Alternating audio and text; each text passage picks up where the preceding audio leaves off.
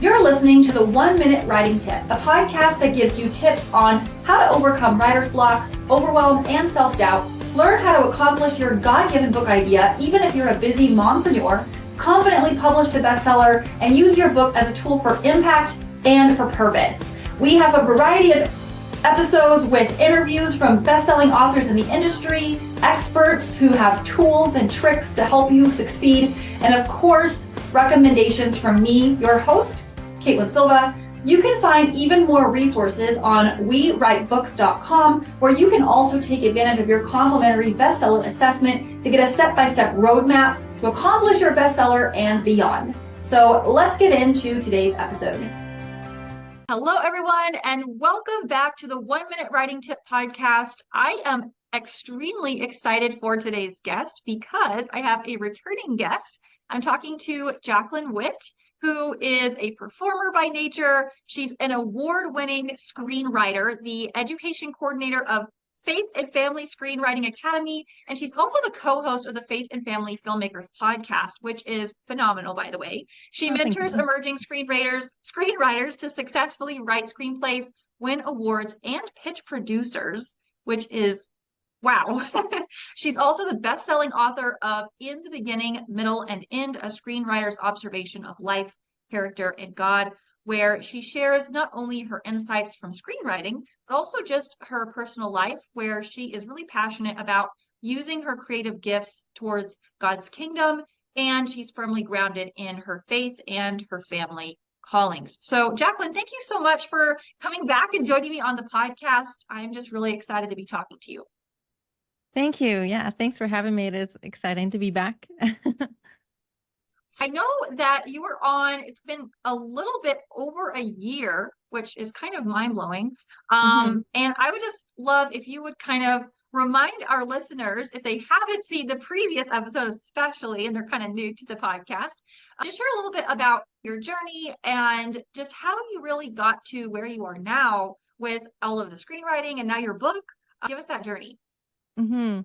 Yeah. So as you mentioned in the bio, I'm a performer by nature. And so I have always been into the arts, especially the performing arts. And so I actually thought I was going to go into music for all my childhood, but I did start writing when I was 11. I started writing scripts, kind of thinking for stage, but it was something I did just on my own, just for my own enjoyment. And most people didn't even know that I was doing it.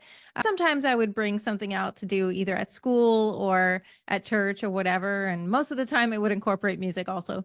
It was one of those things that I did for my own therapeutic kind of therapy.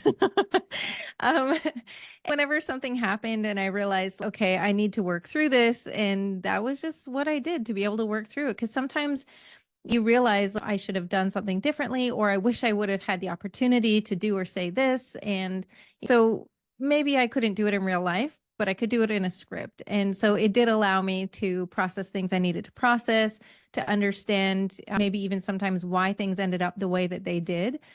Because sometimes even in life, you might have regrets, right? And then that whole what if question creeps in. What if I had made that decision differently? What if I had chosen this instead of that? And so that actually ended up being one of my scripts that I wrote. Was in my 30s. I was really struggling with a lot of regret because I had ended up making choices that sent me down a path that was so not what I had always hoped for.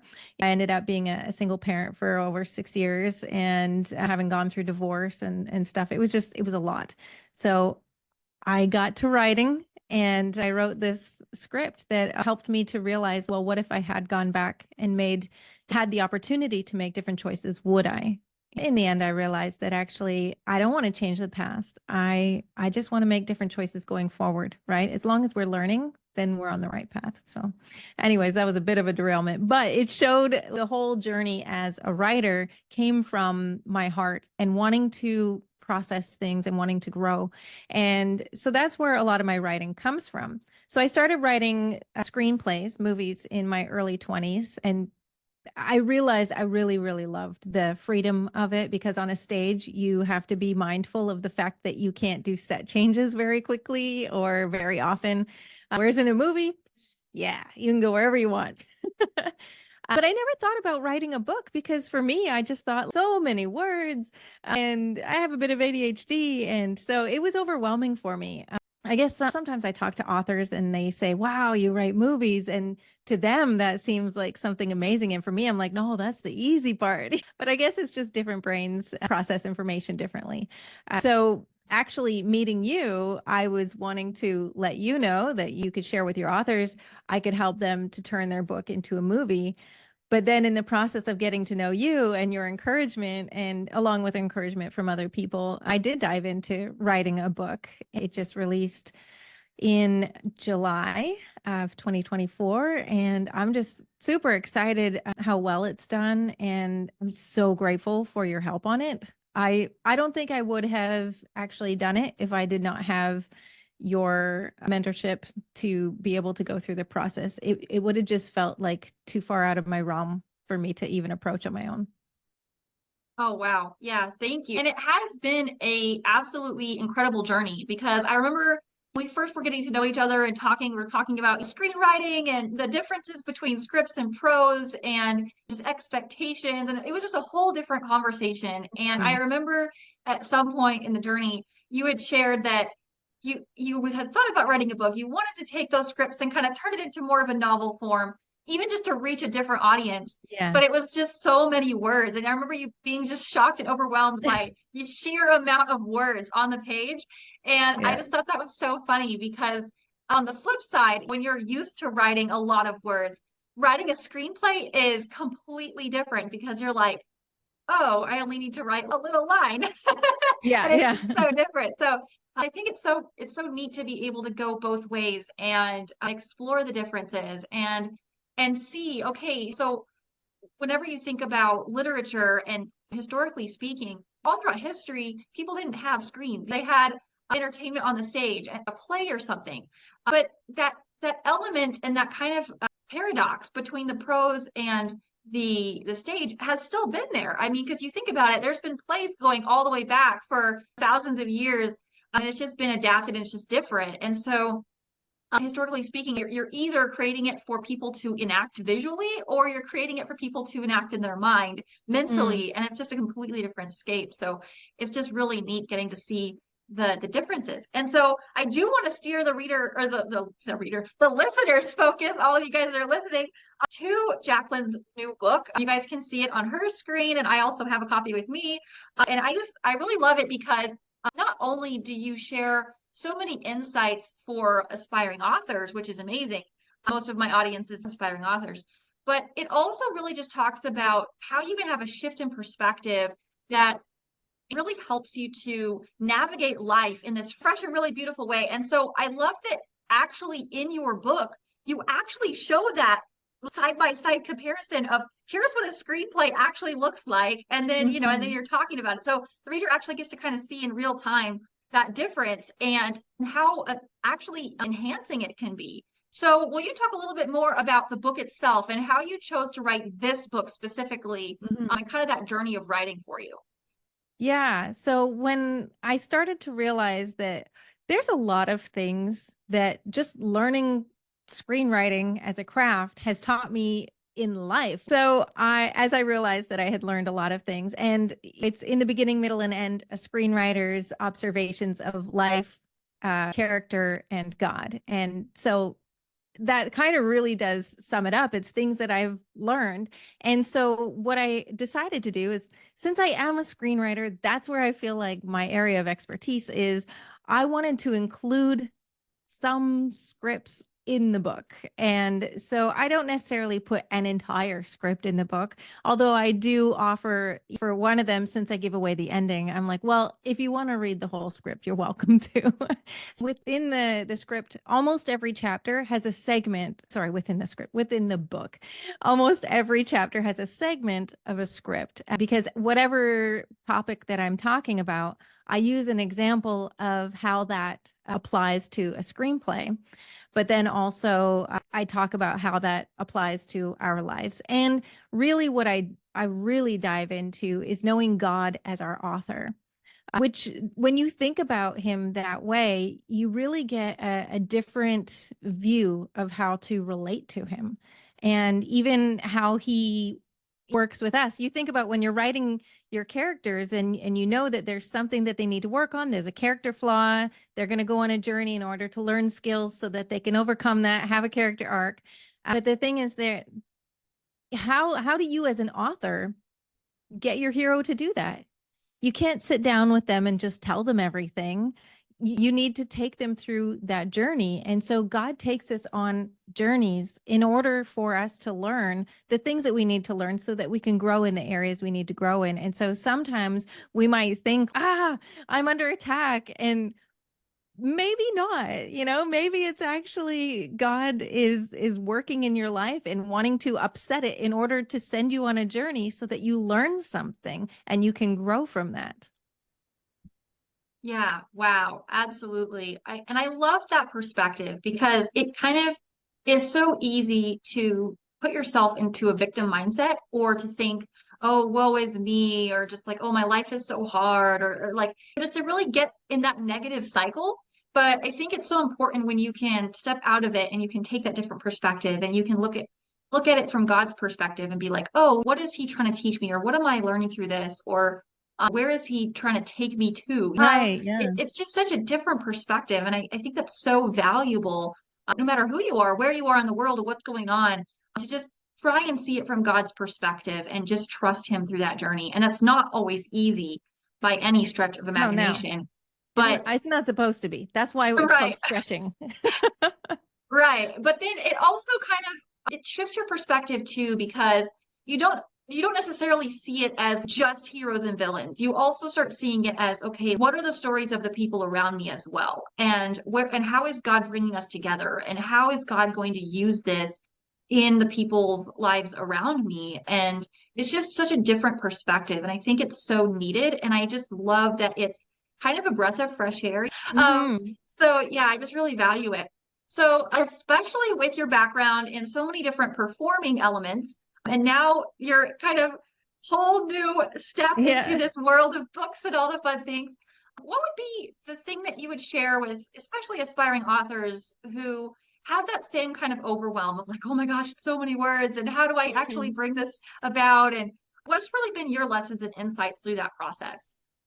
Yeah, that's a great question. So, I mean, I can share my process, and everybody's process is going to be unique unto themselves. But what I started doing, which helped me with getting over the overwhelm, is as I had an idea come to my mind, I would write it down, just like point form notes and stuff like that, so that when I had a lot of notes, then I sat down and my first job was just organize them. I'm not even writing anything yet, just organize them. Which thoughts go together and which ones would work well to be like, okay, these ideas can be in one chapter together and these ideas can be in one chapter together.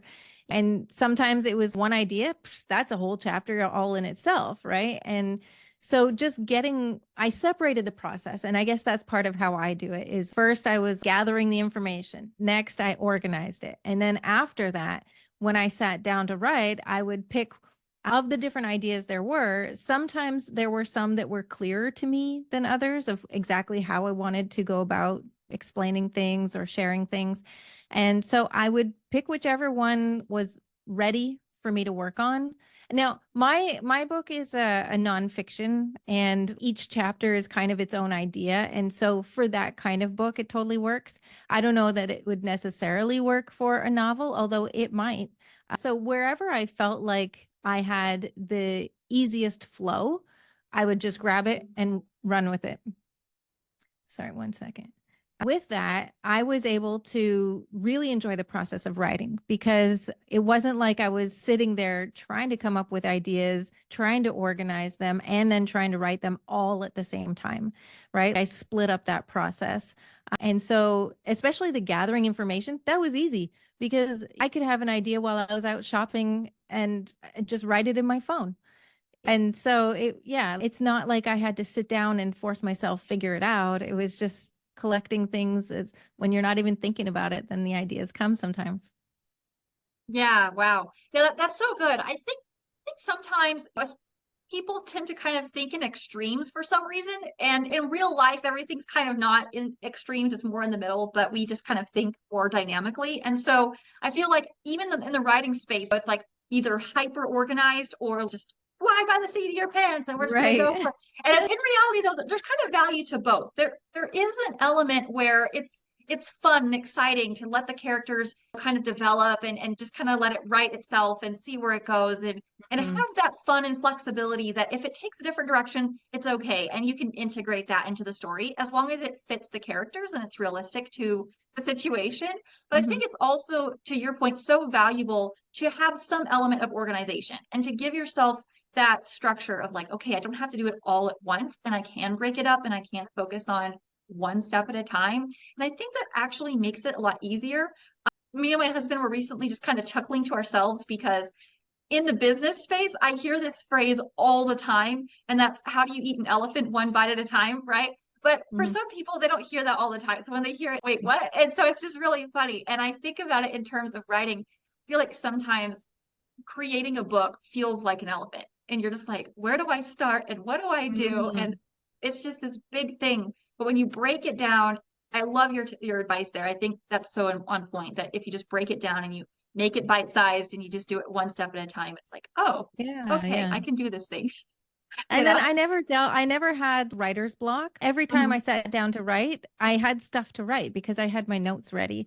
And so I would just draw from whatever. And there were a couple chapters that kind of like they were at the end because I knew that I wanted to kind of see how everything else fell together in the book before I wrote that, like the final chapter. I wanted to have a strong understanding of what I'd already written in order to bring that last chapter together so that I could also call back to different chapters and just really make it that satisfying pulling everything together. And I've said all of that to say this. So yeah, there sometimes even there's strategy in choosing what to wait to write because you want to make sure that you're able to keep other things in mind in the process of writing it.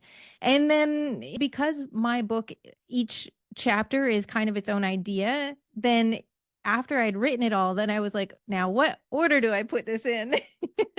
And so I did have to switch some things around, just thinking like this would make a better flow, which of course, then I had to go back and change some things that I had referred to a previous chapter, which was now not previous anymore. And so there was a little bit of editing that came in from that perspective. But I mean, as far as the experience, I think I'd be happy to do it again. I was actually just thinking last night about an idea of I could so write that book. You know? I love it. I love it. I love that you touched on that too, because you said two really important things. And that's number one, your book can move around and you can have fun with it. And you can, it's really about first and foremost, just writing the content and getting it on the page so that you have something to work with, kind of like building your puzzle pieces. And then Hmm. you can play with it and you can move them around and you can build the perfect puzzle. So your book doesn't have to be as it's literally coming out of your brain onto the page. It has to flow out perfect. It doesn't, but it's such Yeah. this myth that people think it has to be. And it's like, no. Yeah. So I Yeah. love that you mentioned that. And the second thing is that so many times, especially for those who are first time authors or they've maybe written a book, but they never really stepped into an understanding of how the process can work and how fun it can be. There's kind of this aha and this really almost like opening the doorway to Narnia when you actually do experience that for the first time, because all of a sudden it's like this whole new world of opportunities opens up and you're like, oh, wow, I could totally do more of this. And it's so fun. And so I love that you mentioned that because especially as you step into that place and you start seeing those opportunities, it becomes just this adventure. And I just love that so much. So, on that same note and topic about upcoming projects and things like that, what are you guys currently working on? What's upcoming that you would love to share with everybody listening? Oh, wow. Well, I am working on producing a couple films right now. One of them is called Who is Zara, which is in the book. It's the one that I actually give people access to read the entire script because I do give away the ending. But it's one of those scripts that whenever people read it, they're like, ah, this has to get made. And so I'm working on it. I'm working on it, guys. And so, yeah, that's what we're working on. And obviously we still have the academy. And so we teach screenwriting courses, and I mentor people in the process of whether they're turning their book into a movie or their true life story, or just they have an idea that they want to write a screenplay. I help people to write good stories.